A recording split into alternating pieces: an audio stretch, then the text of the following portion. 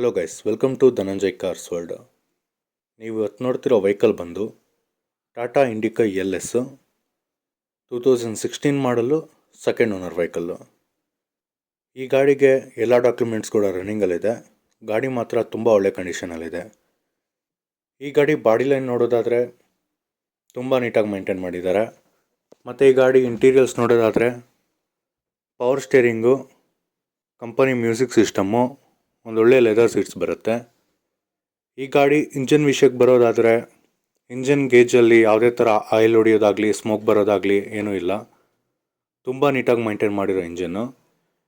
ಈ ಗಾಡಿ overall 1.5 lakh kilometres ಓಡಿದೆ. ಗಾಡಿ ಮಾತ್ರ ತುಂಬ ಒಳ್ಳೆ ಕಂಡೀಷನಲ್ಲಿದೆ. ಈ ಗಾಡಿಗೆ 4 ಹೊಸ ಟೈರ್ಸ್ ಇದ್ದಾವೆ. ಗಾಡಿ ಬಾಡಿ ಲೈನ್ ಕೂಡ ತುಂಬ ನೀಟಾಗಿದೆ. ಈ ಗಾಡಿಗೆ ನಾವು ಬಂದು ಬರೀ 1,20,000 ಕೌಂಟ್ ಮಾಡ್ತಿದ್ದೀವಿ. ಇದರಲ್ಲೂ ಸ್ವಲ್ಪ ನೆಗೋಷಿಯಬಲ್ ಆಗುತ್ತೆ. ಬೇಕಿದ್ರೆ ಮೇಲಿರೋ ವಾಟ್ಸಪ್ ನಂಬರ್ನ ಕಾಂಟ್ಯಾಕ್ಟ್ ಮಾಡಿ ನೀವು ಬಂದು ಟೆಸ್ಟ್ ಡ್ರೈವ್ ಮಾಡಿ ತೊಗೊಂಡೋಗಿ.